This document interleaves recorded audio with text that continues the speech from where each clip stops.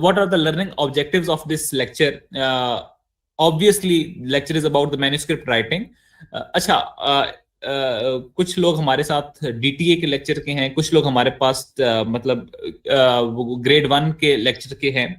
तो manuscript writing same रहेगी, whether you are going for the diagnostic tool accuracy, whether you are going for the stage 1 meta analysis या simple meta analysis.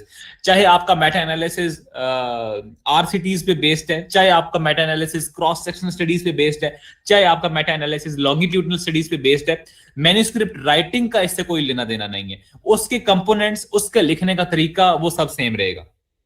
सही है. So what are the components of a good manuscript, ये अभी हम देखेंगे. ठीक है. Tips for writing a good manuscript, ये चीजें हमें पता होनी चाहिए at the end of this lecture. So what actually is a manuscript? A written report of your research that you submit to a journal to get it published. It answers the following questions: why you did this research, what did you do in this research, what did you find, why did you find what you found. ठीक है. ये हम step wise आगे चलेंगे, अगर मेरी इसके laptop की बैटरी ने साथ दिया तो.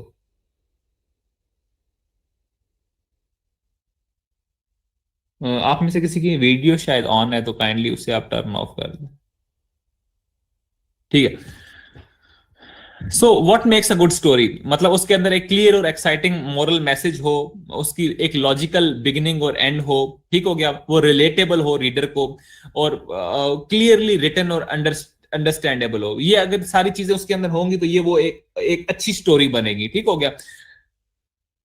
और एक अच्छा मैन्युस्क्रिप्ट कैसे बनेगा? अगर वो क्लियर और एक्साइटिंग साइंटिफिक मैसेज हो, एक लॉजिकल फ्लो हो उसका, ठीक है, क्लियर और अंडरस्टैंडेबल हो, और वो रिलेटेबल हो रीडर को. तो इन सारी चीजों को मिला के जिस तरह आप उस बंदे का इंटरेस्ट आपने पैदा करना है. एक अच्छा मैन्युस्क्रिप्ट वो होगा कि एक मतलब वो थोड़ी सिंपलर लैंग्वेज में, मतलब आपने बहुत ही ज्यादा टेक्निकल टर्म्स यूज कर दी हैं और आपने उन टेक्निकल टर्म्स को पीछे एक्सप्लेन नहीं किया, तो उनका फायदा कोई नहीं है. ठीक है. एक तो आपने उन टेक्निकल टर्म्स को अच्छे से एक्सप्लेन करते आना है, एक अच्छा रब्त होना चाहिए उनके दरमियान, और एक स्टोरी की तरह होना चाहिए ताकि जो रीडर है वो आपके मैन्युस्क्रिप्ट को फॉलो करे एंड आखिर पे साइट करे. अच्छा, आपको चाहिए क्या क्या चीजें? सर्च. जाहिर है जब आप मैन्युस्क्रिप्ट लिखने बैठे हो तो इसका मतलब है you are at the last stage, और at the last stage of a particular component. ठीक हो गया. तो उसके अंदर आपके पास सर्च स्ट्रेटेजी आपकी अच्छी होनी चाहिए. आपके पास ये जो प्रिज्मा फ्लो चार्ट का आपको नो हाउ होना चाहिए. उसके बाद आपके पास जो कैरेक्टरिस्टिक शीट है, जो डाटा एक्सट्रैक्शन शीट है, वो आपके पास बनी होनी चाहिए. आपके पास आपके रिजल्ट सेक्शन के फॉरेस्ट प्लॉट होने चाहिए, और उसके पास रिस्क ऑफ बायस प्लॉट होने चाहिए आपके पास. अच्छा, what are the components of manuscript and how they are recorded and how they are written? इसमें क्या लिखा हुआ है कि आप रिकॉर्ड, मतलब how they are reported and how they are written, मतलब आप जब उसे मैन्युस्क्रिप्ट को तरतीब दे रहे हो, जब आप मैन्युस्क्रिप्ट पे काम कर रहे हो, तो आपके जहन में पहले मेथोडोलॉजी आती है, उसके रिजल्ट्स आते हैं, उसकी डिस्कशन आती है, एंड पे आप कहते हो अच्छा ये सारी चीजें जब मेरे पास आ गई हैं तो फिर मैं इंट्रोडक्शन भी लिख लेता हूँ, आखिर पे एब्स्ट्रैक्ट भी लिख लेता हूँ, उसके बाद मैं इसका एक अच्छा सा सूटेबल टाइटल भी फॉर्म कर लेता हूँ. लेकिन जब आप जर्नल में रिपोर्ट हुए मैन्युस्क्रिप्ट को देखते हो तो उसमें सबसे पहले टाइटल आता है, फिर एब्स्ट्रैक्ट आता है, फिर इंट्रोडक्शन आता है. आप इसमें एक चीज नोट करें कि एब्स्ट्रैक्ट सेकंड पे आ रहा है, लेकिन एक्चुअली एब्स्ट्रैक्ट सेकंड पे तो नहीं बना था ना, आपके पास सारे कंपोनेंट होंगे तो एब्स्ट्रैक्ट बना था. तो वो ये कह रहा है कि रिपोर्ट करने में और लिखने में फर्क है. लिखने वाइज आप पहले मेथोडोलॉजी आपके पास होनी चाहिए, रिजल्ट्स होनी चाहिए, डिस्कशन होनी चाहिए, उसके बाद बाकी सारा कुछ आ ही जाता है. लेकिन जब वो जर्नल में रिपोर्ट होता है तो उसमें वो एक पैटर्न फॉलो होता है, उसका टाइटल, उसका एब्स्ट्रैक्ट, उसका introduction, methods, results, discussion, conclusion, वो सब इस ऑर्डर में चलता है. आपके जो क्वेश्चंस है ना, आपने वो साथ साथ अपने उसके अंदर चैट बॉक्स के अंदर टाइप कर सकते हैं. मैं वो देखता रहूंगा और आपको साथ साथ आंसर करता रहूंगा ताकि कोई मतलब इंटरप्शन ना आए. अच्छा जी, अब वो शुरू कर रहे हैं मेथड से. मेथड्स में क्या क्या चीजें आ जाती हैं? Search strategy, study selection, data extraction, risk of बाइस, डाटा एनालिसिस. आपने लास्ट लेक्चर्स में ये चीज पढ़ ली होगी या आने वालों में पढ़ लें. कुछ चीजें इनमें से आप लोगों ने लास्ट लेक्चर्स में पढ़ ली होंगी, कुछ आने वालों में देख लेंगे आप लोग. कि सबसे पहले आप सर्च स्ट्रेटेजी बनाते हो. कोई भी मेटा एनालिसिस शुरू करते हुए आप उसकी सबसे पहले सर्च स्ट्रेटेजी बनाते हो. ठीक है. वो सर्च स्ट्रेटेजी आपने किस तरह बनाई, आपने वो लिखना होता है. उसके बाद आपने स्टडी सिलेक्शन करनी होती है. कि जो चीजें आपकी सर्च स्ट्रेटेजी के ऊपर पूरी उतरती हैं, फिर जो स्टडीज आप आखिर पे इंक्लूड करते हो और जो स्टडीज आप एक्सट्रैक्ट करते हो उनकी मेथोडोलॉजी आपने लिखनी होती है। फिर आपकी जो सिलेक्टेड स्टडीज हैं उसके अंदर रिस्क ऑफ बाइस कितना है वो आपने कैलकुलेट करना होता है, फिर आखिर पे उसका डाटा एनालिसिस करना होता है। ये सारी चीजें मिला के मेथोडोलॉजी बनती है और इसको इसी सीक्वेंस में आपने लिख देना है अपने मेथोडोलॉजी। मतलब कि आपने सर्च स्ट्रेटेजी में क्या किया, आपने स्टडी सिलेक्शन के वक्त क्या किया, आपने डाटा एक्सट्रैक्शन के वक्त क्या किया, आपने रिस्क ऑफ बाइस किस स्केल पे कैलकुलेट किया और आपने उसका डाटा एनालिसिस कैसे किया। अब बारी बारी वो इसी कंपोनेंट को एक्सप्लेन करता जाएगा। अच्छा, अब वो चीज आपको एक सामने आपको एक एग्जांपल दे रहा है कि एक तरफ राइट साइड पे लिखा हुआ है mix curd, salt, chili powder, mutton chops with other ingredients and cook till water dries. उसने कहा जी सारा कुछ ठोक दो, ठीक है, और आखिर पे तब तक बना लो जब तक उसका जो पानी ड्राई ना हो जाए। तो is it a good recipe? और जो लेफ्ट साइड में लिखी हुई है कि mix 2 tables of the curd with 1.5 tablespoon of the ginger garlic paste in a large bowl, add 1 teaspoon of. तो ये आप ये पूरी रेसिपी पढ़ें, आपको कौन सी बेहतर रेसिपी बनेगी? जाहिर है आपको वही बेहतर रेसिपी लगेगी जो कि लेफ्ट साइड पे जो ज्यादा डिटेल्ड है, जो कि एक स्टोरी की फॉर्म में है, जो कि आपको एक क्लियर डायरेक्शन दे रही है। आपके सारी जो मेथोडोलॉजी है वो उससे आया है। ये नहीं जी ये भी डाल दो, ये भी डाल दो, ये भी डाल दो, ये भी डाल दो, बस आखिर में पूरा कर दो। तो वो आपकी एक एक अच्छी रेसिपी या एक अच्छी मेथोडोलॉजी बनेगी जिसमें हर चीज, हर स्टेप आपने जो किया है वो अपने मैन्युस्क्रिप्ट के अंदर एक्सप्लेन किया है। फिर आपके पास ये होती है प्रिज्मा चेकलिस्ट, ठीक है। आप इसे गूगल पे सर्च करें, प्रिज्मा का तो एक बड़ा सा टेबल आता है, उसमें लिखा होता है कि जी study design, study methodology, inclusion criteria के बारे में, एक्सक्लूजन। तो 27 पॉइंट ये चेक लिस्ट होती है। जब आप मैन्युस्क्रिप्ट लिखते हुए उस 27 पॉइंट चेक लिस्ट को मद्देनजर रखते हो, ठीक है, इसकी जो फुल फॉर्म होती है वो है preferred reporting items for systematic review and Meta analysis, ठीक है। जब उन 27 आइटम चेक लिस्ट को अपने सामने रखते हो तो बहुत कम चांसेस होते हैं कि आप किसी चीज को मिस कर जाओ। अगर आप उसे सामने नहीं रखोगे तो there will be ample chances कि आप बीच में से चीजों को मिस करोगे, ठीक है। यहाँ पर ना एक्चुअली इसमें बैटरी काफी आई थिंक लैपटॉप में कम होती जा रही है, तो हम इसे सीधा फोन पे शिफ्ट करते हैं। मैं आपको ये जो मैन्युस्क्रिप्ट है ये भेज देता हूँ, सॉरी ये जो इसका ये जो पीडीएफ है ये भेज देता हूँ, एंड साथ साथ मैं इसे एक्सप्लेन करता जाऊंगा। पीडीएफ आप लोग सामने खोल लें ताकि हमारे लेक्चर में रुकावट ना आए, बीच में ये ऑफ होगा फिर ऑन होगा फिर मतलब इंटरप्ट होगा। So will take a 2 to 3 minute break and will be right back.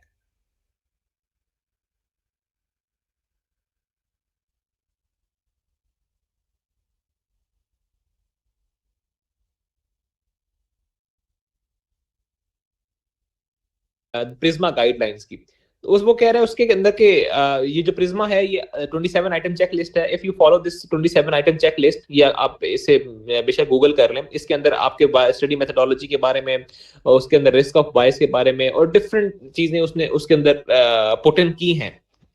तो अगर आप इन 27 आइटम चेकलिस्ट को अपने सामने रखते हो या इसको फॉलो करते हो तो there will be hardly any chance कि यू मिस एनी कंपोनेंट, ठीक है। तो ये फायदा है आपका इसका प्रिज्मा गाइडलाइंस का। Then next is your search strategy, ठीक है, कि आपने सर्च स्ट्रेटेजी को कैसे लिखना है। अभी ऊपर बात हो रही थी आपके साथ कि मेथोडोलॉजी में क्या क्या चीजें आती है। Number 1 is search strategy, number 2 is study selection, number 3 is data extraction, number 4 is risk of bias and number 5 is data analysis. तो मेथोडोलॉजी की जो पहली चीज है वो है सर्च स्ट्रेटेजी।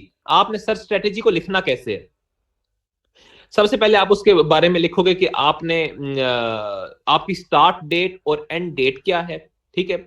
उसके बाद आपने ये लिखना है कि आपका वो जो पाई कॉस्ट के जो कंपोनेंट है कि आपका आपका क्वेश्चन क्या है, आपकी इंटरवेंशन क्या है, आपके आउटकम क्या है, आपका स्टडी डिजाइन क्या है, वो सारी चीजें इसके अंदर आ जाएंगी। आपके जो मेश कीवर्ड्स हैं जो आपने पैरेंथेसिस में आपको बताए गए थे कि पैरेंथेसिस में आपने ये लिखना है, उसके बाद और डालना है, उसके बाद पैरेंथेसिस में वो आपके मेश कीवर्ड्स क्या हैं। उसके बाद आपने किन किन एटलीस्ट 3 डेटाबेसेस पे आपने सर्च करना होता है, किन किन डेटाबेसेस को आपने यूज किया, एमबेस को यूज किया, कॉकरेन को यूज किया, आपने किस किस डेटाबेस को यूज किया। तो ये सारी चीजें मिलाकर जब आप मेथोडोलॉजी के अंदर लिख देते हो तो ये आपकी एक सर्च स्ट्रेटेजी बन जाती है। अच्छा, देन आगे हमारे पास एडिशनल डिटेल्स कि आपने रेफरेंसेस कहां कहां से साइट किए, किस किस तरह की साइटेशन की है, आपने हैंड सर्चिंग की है, मतलब उसके बाद होती है बैकवर्ड साइटेशन और फॉरवर्ड साइटेशन। फॉरवर्ड साइटेशन ये है कि आपके पास एक आर्टिकल का जो लिंक है, एक आर्टिकल के अंदर दूसरे आर्टिकल का जहां जहां तस्करा आ रहा है सुपरस्क्रिप्ट के अंदर, आप उसको साइट करते जा रहे हो, ठीक है। बैकवर्ड साइटेशन आपके पास ये है कि आप उसके जो डिफरेंट रेफरेंसेस हैं, रेफरेंसेस से उठ के दूसरे आर्टिकल्स के अंदर जा रहे हो। तो आपने या फिर आपके पास कुछ ऐसे सोर्सेस अवेलेबल हैं पहले से ही, कुछ आर्टिकल्स के डीओआईज अवेलेबल हैं कि आपने वो डीओआईज लॉग इन किए साई हब वगैरह पे, तो आपके पास वहां से आर्टिकल खुल गए। तो ये दो तीन तरह की आपके पास साइटेशन होती है। यूजुअली ये इस तरह मेंशन नहीं किया जाता, बैकवर्ड साइटेशन, फॉरवर्ड साइटेशन, ये एक ही तकरीबन चीज में गिना जाता है। लेकिन आपने लिखना होता है कि आपने ये आपका सर्च इंजन था, लेकिन आप डिफरेंट आर्टिकल्स के रेफरेंसेस में भी गए और वहां से भी आपको जो जो आर्टिकल मिले आपने उनको भी अपनी स्टडी में इंक्लूड किया और बाद में एक्सट्रैक्ट किया। अच्छा, नीचे आ जाए, आपके पास ना एग्जांपल आ जाती है, उसने साथ साथ ये इन स्लाइड्स में एग्जांपल्स भी आपके पास प्रोवाइडेड हैं कि आपने किस तरह लिखना है।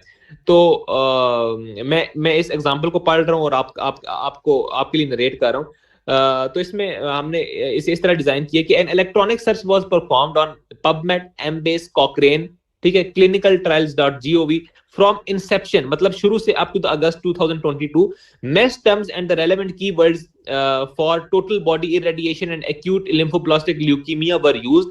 The detailed search strategies available in the साथ supplementary files में ना आपने detailed search strategy वगैरह देनी होती है, आपको पिछले लेक्चर्स में बताया गया about the search strategy. The conference proceedings from the अच्छा, अब कुछ abstracts जो हैं वो conferences पे present होते हैं। तो the conference proceedings from the last 5 annual meetings of American Society of the Hematology were hand searched.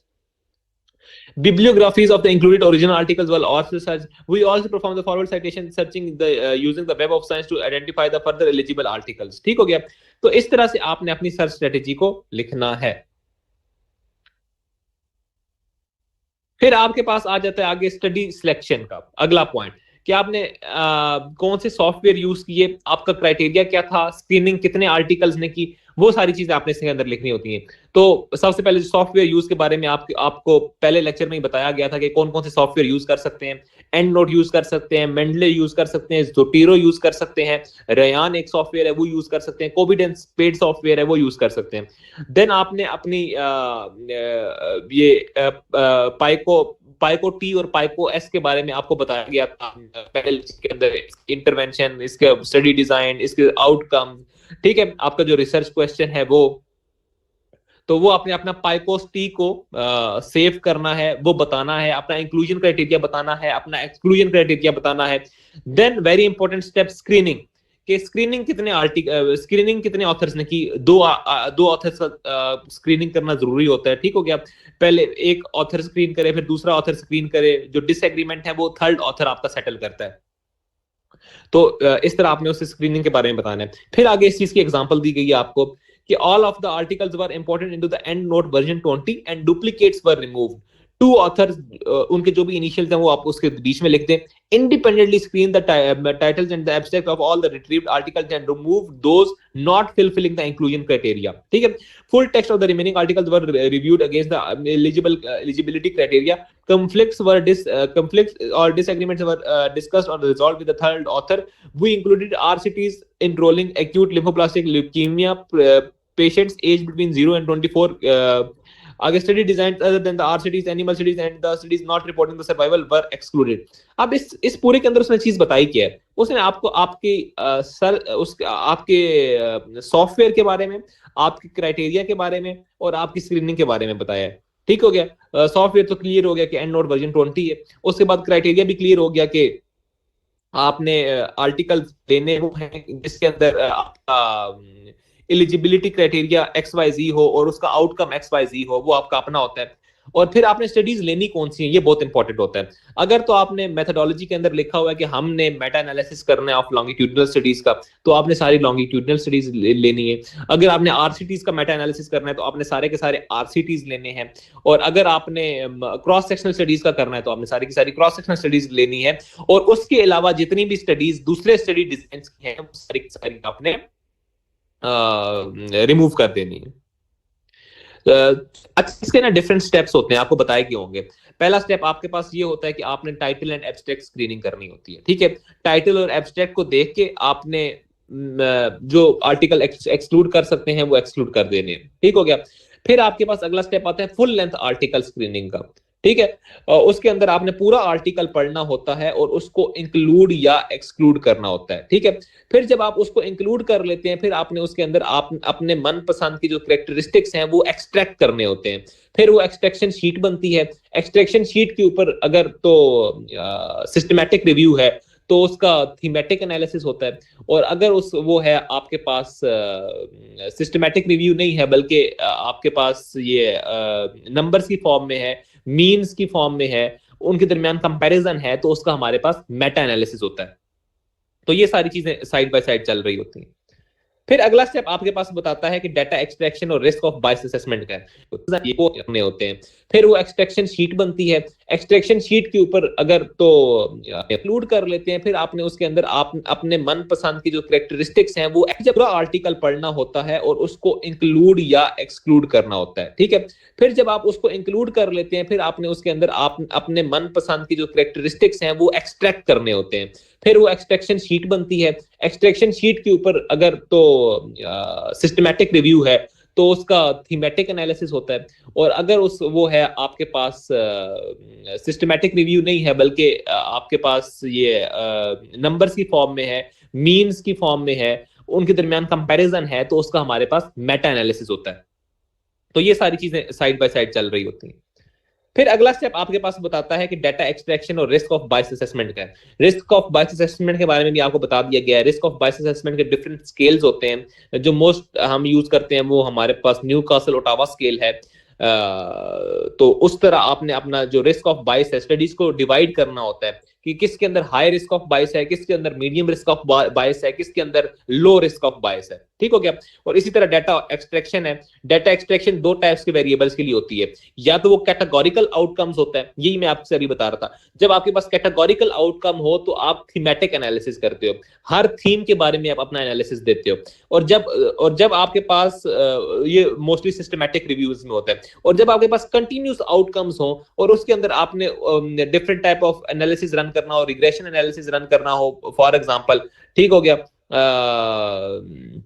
या उसके फॉरेस्ट प्लॉट्स के का सवाल हो, मतलब आपके पास कंटिन्यूस वेरिएबल्स हो तो आपने क्या करना होता है, उसके मतलब मीन स्टैंडर्ड डेविएशन निकालनी हो तो वहां पर आप मेटा एनालिसिस रन करते हैं। ठीक है, तो ये अगला आपके पास स्टेप आ जाता है। इसकी भी एग्जांपल लिखी हुई है हमने कि data extraction was undertaken independently by the two researchers, वो उनके initials. In case of disagreements, the data were discussed with the third researcher. The information obtained from the eligible studies included the first author of the studies, the publication year, the country, the study design, sample size, intervention details. The primary outcomes were overall survival and the event-free survival. ठीक है, the secondary outcomes were GVHD and the chronic GVHD, relapse and non-relapse mortality. The category for categorical outcomes, the number of the events for that outcome and the total number of the patients were extracted, while for the continuous outcome, the sample size, mean and the standard deviation were extracted. मैं आपको बता देता हूँ कि किसी का question आया कि कंटिन्यूस और कैटेगोरिकल आउटकम्स के पे दोबारा आपको बता दें। अच्छा, इसके अंदर एक्सट्रैक्शन का मैं आपको पूरा आपको बताया तो गया है पिछले लेक्चर्स में भी, लेकिन जब आप एक्सट्रैक्ट कर रहे होते हो तो सिर्फ एक आध वेरिएबल आपने एक्सट्रैक्ट नहीं करना होता, सिर्फ की रिजल्ट आपने एक्सट्रैक्ट नहीं करना होता। आपने पहला कॉलम बनाना होता है अपना हमेशा के स्टडी आईडी का, स्टडी ऑथर का, फिर आपने किस कंट्री में वो हुई है उसका, उसके पब्लिकेशन ईयर का, ये सारे कॉलम आप साइड बाय साइड बना रहे होते हो। उसके अंदर कितनी पॉपुलेशन थी, मतलब उसका कितना सैंपल साइज था इसका, उसके अंदर प्राइमरी आउटकम्स क्या थे, उसके अंदर इंटरवेंशन क्या थी, उसके अंदर सेकेंडरी आउटकम्स क्या थे। तो ये सारे आउटकम्स का, और उसके बाद फिर आपने कॉलम आगे बनाना होता है की रिजल्ट्स का, कंक्लूजन का, स्टडी लिमिटेशंस का। ये सारे कॉलम्स आपके पास एक एक्सट्रैक्शन, एक पूरी मतलब अगर आप रफली गिने तो 15 to 20 कॉलम्स होते हैं कि एक अच्छी एक्सट्रैक्शन शीट के। उसके अंदर आप स्टडीज के अंदर जो पार्टिसिपेंट्स हैं उसके डिफरेंट कोमॉर्बिड्स देखते हो, उनके एनवायरमेंटल और सोशल फैक्टर्स देखते हो, उनके अंदर जेंडर बायस देखते हो, जेंडर डिस्ट्रीब्यूशन देखते हो, उनकी मीन एजेस आप देखते हो। तो एक मतलब 15 to 20 कॉलम्स के ऊपर आपकी मुश्तमिल होती है ये एक्सट्रैक्शन शीट। अच्छा जी, तो फिर इसके अंदर आपके पास कुछ होते हैं कैटेगोरिकल आउटकम्स और कुछ होते हैं कंटीन्यूअस आउटकम्स। इनसे मुराद क्या है? मतलब अगर हर किसी के अंदर उसकी एज लिखी हुई है, मतलब एक आर्टिकल के अंदर मीन एज लिखी हुई है 63, एक आर्टिकल के अंदर लिखी हुई है मीन एज 50, 45, 39, 38, तो आप इन सब आर्टिकल्स को अपने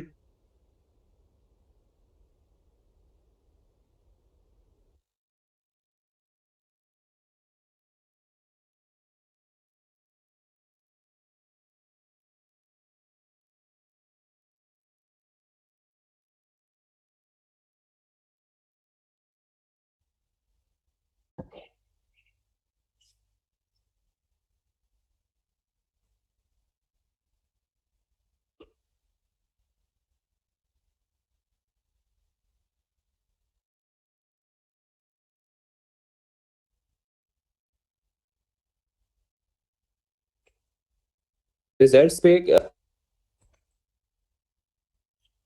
अच्छा हम थे रिजल्ट्स पे के कहाँ पर आपका यूज होगा, कैटेगोरिकल आउटकम क्या है और आपके पास कंटिन्यूस आउटकम्स क्या हैं।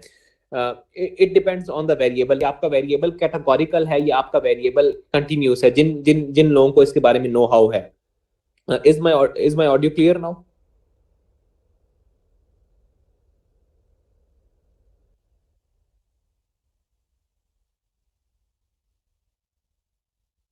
ओके।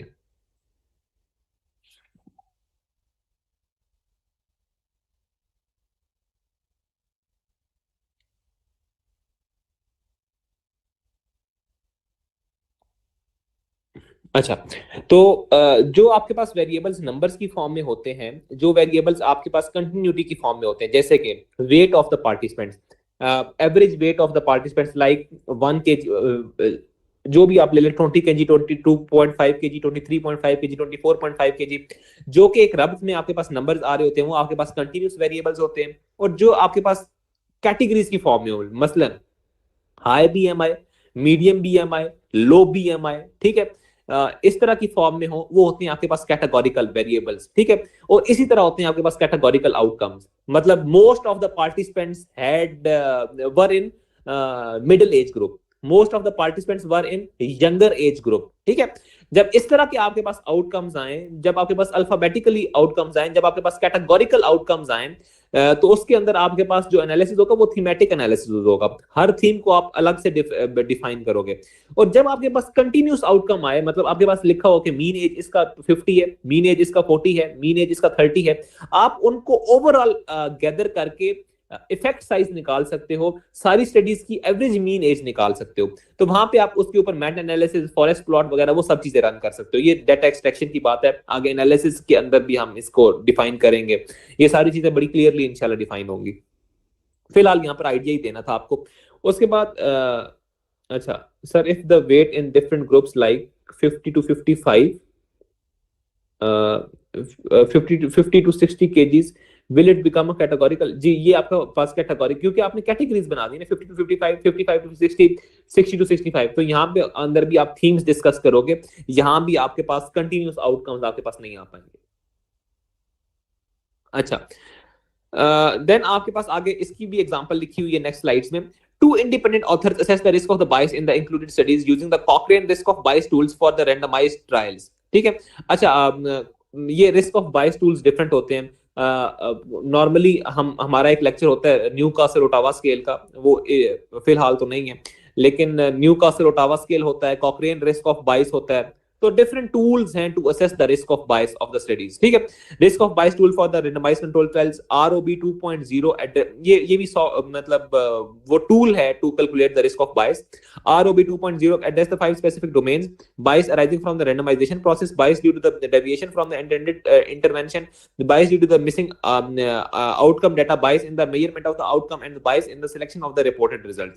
ये सारी लाइनें आप as it is लिख सकते हो। We applied this tool to each included study, and the source of the bias were graded as high, low, or unclear, which determined the risk of the bias as high, low, or some concern. Disagreements were discussed and the resolved with the third author। तो ये सारी की सारी lines आप इसी तरह बिल्कुल लिख सकते हो।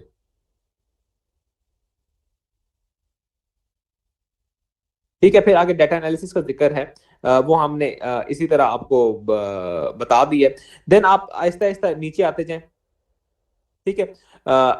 सारी चीजें हम इसके अंदर एक्सप्लेन कर देते हैं। जो हमारे पास प्रिज्मा चार्ट बना हुआ है, ठीक है। सेकंड प्रिज्मा चार्ट खोलने की जरूरत नहीं है, फर्स्ट प्रिज्मा चार्ट पे आप रोक लें। तो वो ये कह रहा है कि आप आइडेंटिफाई करें कि इन इन इस प्रिज्मा चार्ट के अंदर क्या क्या ब्लंडर्स हैं। जो फर्स्ट प्रिज्मा चार्ट है, बगैर आगे जाए आप कोशिश करें कि आप आइडेंटिफाई करें कि इसके अंदर क्या क्या ब्लंडर्स हैं। स्क्रीन कहीं भी विजिबल नहीं है, एक्चुअली मिस हैप था। मतलब इलेक्ट्रिसिटी कनेक्शन यहाँ पर फिलहाल नहीं है, लाइक तो लैपटॉप में इतनी उसके अंदर पावर नहीं थी, बैटरी नहीं थी कि उसे रन किया जाए। वो लेक्चर बीच में इंटरप्ट होता है, इसीलिए स्लाइड्स आपके पास हैं। हम ये जो प्रिज्मा चार्ट है, first Prisma chart, spot the potential blunder in the following Prisma chart, उसके ऊपर है।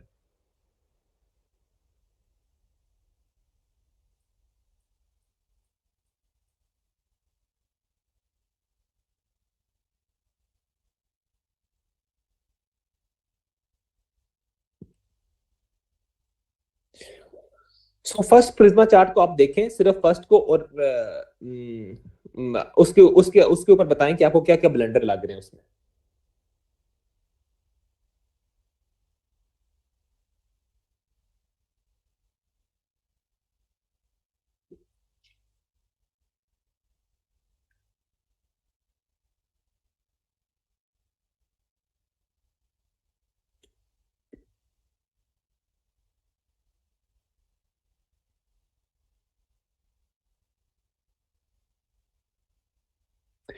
एक स्केल बना हुआ है, identification of the studies where databases and registers, ये इस स्लाइड के अंदर ही है।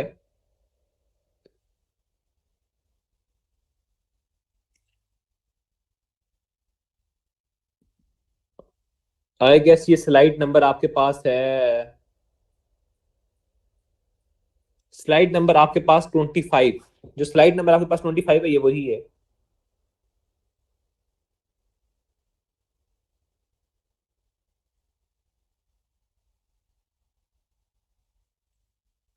स्लाइड नंबर 25 में अगर आप लोग उसके ऊपर पहुंच रहे हैं तो मैं आपको खुद बता देता हूं, अगर शायद आप लोग समझ नहीं पा रहे इस चीज को।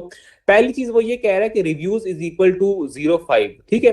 तो एक चीज ये होती अच्छा, सबसे पहली चीज ये होती है कि जो डुप्लीकेट रिमूवल है वो रिपोर्ट नहीं की जाती, क्योंकि जाहिर अगर आप स्टडीज देख रहे हो सारी की सारी इकट्ठी मिला के, तो आपने उसके अंदर डुप्लीकेट आपने पहले ही रिमूव कर देने हैं जब आप उसको इंपोर्ट कर रहे हो अपने ये सॉफ्टवेयर के अंदर, ठीक है। तो डुप्लीकेट रिमूवल यूजली रिपोर्ट नहीं की जाती। उसके बाद जो रिव्यूज हैं, रिव्यूज को यूजली सेकेंडरी स्क्रीनिंग में निकाला जाता है, ठीक हो गया। फिर जो प्राइमरी स्क्रीनिंग प्रोसेस है वो एक्सक्लूड करता है मेजॉरिटी ऑफ द स्टडीज को। आपने प्राइमरी में जो है वो सिर्फ 13 निकाले हैं, और जो सेकेंडरी में जब आपने आपने गए हो तो आपने वहां से 24 निकाल के रख दिए, ठीक है। तो ये एक स्टेप वाइज काउंट होता है। आपने शुरू में मतलब ज्यादा निकालने हैं, और एंड में जब आप जाते हो वहां पर आपने कम एक्सक्लूड करने हैं।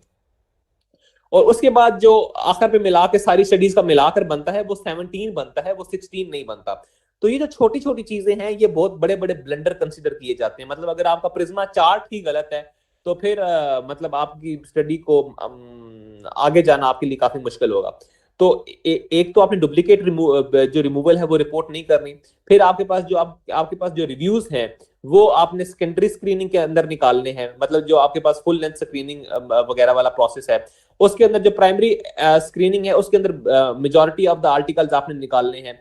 फिर आपके पास ज्यादा जो बिगर नंबर है वो आपने आगे जाके इंक्लूड, जब आप आगे एक्सट्रैक्शन से एक पिछला स्टेप होता है इंक्लूड या एक्सक्लूड का।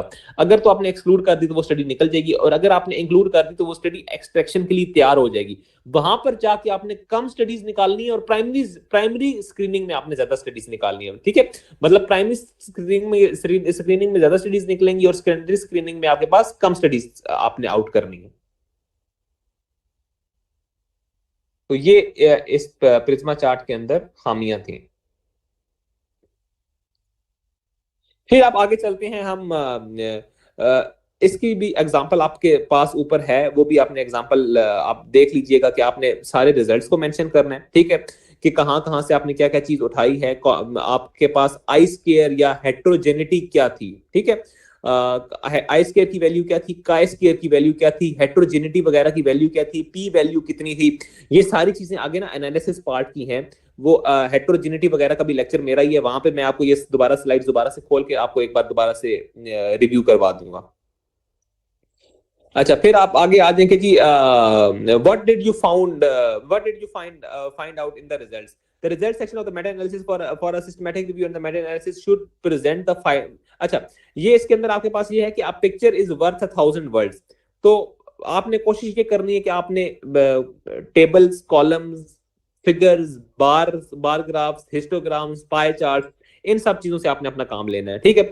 और हर आपने जो 2 से 3 आपने जो आपने बनानी है, आपने फिगर बनानी है या जो आपने चार्ट बनाना है, उसको नेक्स्ट 2 to 3 लाइंस में आपने उसे एक्सप्लेन करते जाना है और आहिस्ता आहिस्ता आपने रिजल्ट्स को रिफाइन करते जाना है। अच्छा, अब आपके सामने उसने आगे जाके एक एग्जांपल भी दी हुई है कि the literature search retrieved 1712 studies after the exclusion of the duplicates, reviews and ineligible articles. We included a total of 11 RCTs in our review. The literature screening process is summarized in the figure 1। वो आपको figure 1 ऊपर वही जो आपका prisma chart है। The search strategy retrieved 1542 articles। 2 additional articles were retrieved by the citation analysis. After the removal of 259 duplicates, we read the titles and abstracts of the remaining 1285 articles, and 1213 articles were excluded. We read the full text of the remaining 72 articles and the 57 articles were excluded. We collected data from the 15 studies। अब इसके अंदर कोई भी आपको ऊपर नीचे नहीं है। टोटल पहले 1712 आर्टिकल्स थे, ठीक है, उसके बाद उन्होंने एडिशनल 11 आरसीटीज डाल दिए, ठीक है, और डुप्लीकेट्स वगैरह उसने रिमूव कर दिए। और टाइटल और एब्स्ट्रैक्ट स्क्रीनिंग में उसके पास 1285 आर्टिकल्स थे और टाइटल एंड एब्स्ट्रैक्ट स्क्रीनिंग से 1213 आर्टिकल्स एक्सक्लूड कर दिए गए। फिर फुल लेंथ स्टडीज में आपके पास 72 आर्टिकल्स थे सॉरी, फुल लेंथ स्टडीज में आपके पास 72 आर्टिकल्स थे जिनके अंदर से 57 आर्टिकल्स उसने एक्सक्लूड कर दिए और जो 15 बच गए उसकी उसने एक्सट्रैक्शन कर ली। अब एक्सट्रैक्शन में आपके पास क्या क्या चीजें चाहिए, मैंने आपको ये बता चुका हूं कि शुरू में आपने वो देखना है कि ऑथर क्या है, पब्लिकेशन ईयर क्या है, कंट्री कौन सा है, मीडियन एज क्या है, फॉलो अप क्या है। इस तरह आपके पास डिफरेंट टेबल्स बनते हैं। यूजुअली जो शुरू वाले टेबल्स होते हैं वो आपके बनते हैं ऑथर, लेट्स से अगर आपने 3 से 4 टेबल बनाने हैं तो पहला टेबल आपका बनेगा author, publication year, country, median, उसकी एज, जेंडर डिस्ट्रीब्यूशन, ये सारी चीजें मिलाकर, ठीक है। दूसरा टेबल आपका बनता है इन्वायरमेंटल फैक्टर्स पे और बायोफिजिकल प्रोफाइल पे, ठीक है, जैसे कि वेट गेन और फिजिकल एक्टिविटी का कोई मेटा एनालिसिस है, इन चीजों को लिंक करके तो उसके अंदर आपके पास आ जाएगा इन्वायरमेंटल फैक्टर्स वगैरह आ जाएंगे कि उसकी फिजिकल एक्टिविटी कितनी थी, वो अल्कोहलिक था या नहीं था, वो स्मोकर था या नहीं था, उसका डाइटरी पैटर्न क्या था, ठीक है, और उसका पहले बीएमआई कितना था और अब उसका बीएमआई चेंज कितना हुआ है। ये आपका तकरीबन सेकंड कॉलम बन जाएगा। फिर जब आहिस्ता आहिस्ता थर्ड कॉलम पे एडवांस कर रहे हो तो फिर आपने वहां पर लिखना होता है वेट गेन कितना है, आहिस्ता आहिस्ता असल रिजल्ट में आना है, ठीक हो गया। उसके बाद आपने लिखना है कि आपके की रिजल्ट्स क्या हैं, ये सब चीजें आपके पास आ जाएंगी। फिर आहिस्ता अगर आपने फोर्थ टेबल बनाना है तो उसके अंदर आप कंक्लूजन्स और लिमिटेशंस वगैरह लिख सकते हो और एक एक करके सबको आप डिस्क्राइब या एक्सप्लेन करते आओ।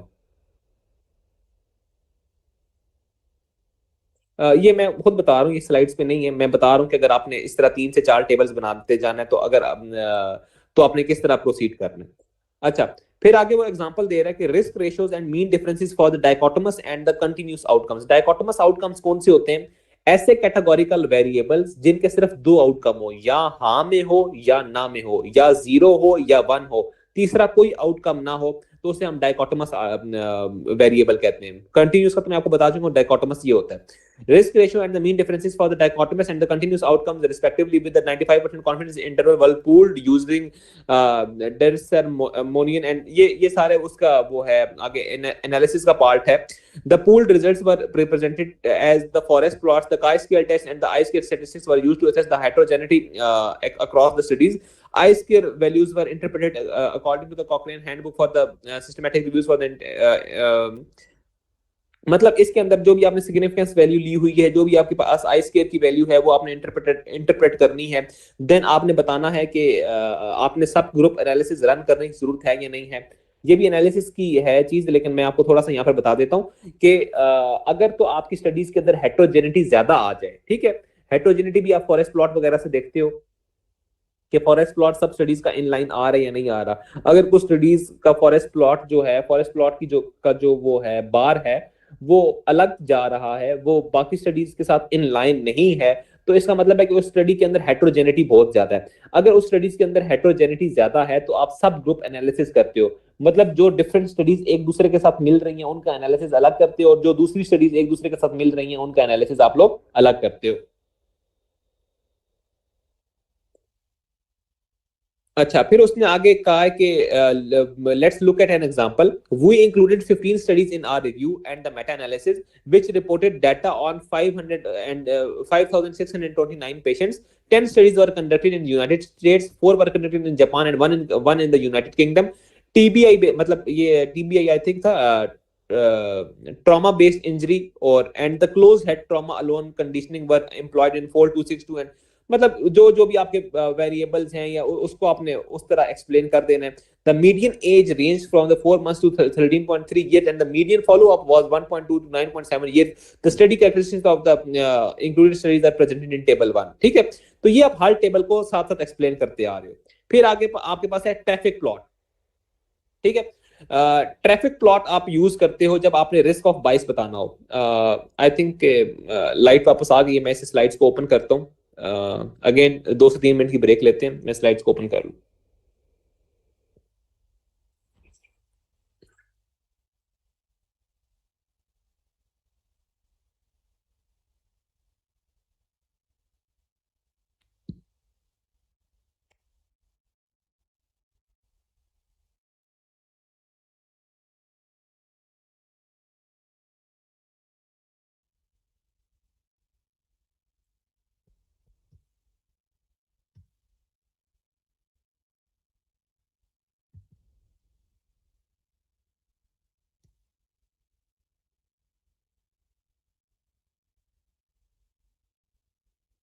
अच्छा, तो I hope I am audible.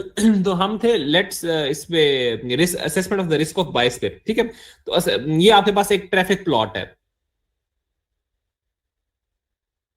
ठीक है, ये आपके पास एक ट्रैफिक प्लॉट है, इसके अंदर वो हर स्टडी के जो करेक्टरिस्टिक है उसकी बेस के ऊपर वो बता रहा है कि ओवरऑल जो रिस्क ऑफ बाइस है वो स्टडीज के अंदर क्या आ रहा है। ठीक है, रिस्क ऑफ बाइस का लेक्चर आपका हो चुका है। ये जो आपके पास है ये लो रिस्क ऑफ बाइस है, ये आपके पास ये हमारे पास लो रिस्क ऑफ बाइस है, ये आपके पास मीडियम रिस्क ऑफ बाइस है जो येलो में है, फिर आपके पास जो रेड में है वो हाई रिस्क ऑफ बाइस है। ये जो आपका ट्रैफिक प्लॉट है ये रिप्रेजेंट कर रहा है आपके रिस्क ऑफ बाइस को। फिर आपके पास वो इस तरह आपने उसे लिखना है, मतलब ये जो आपके पास स्लाइड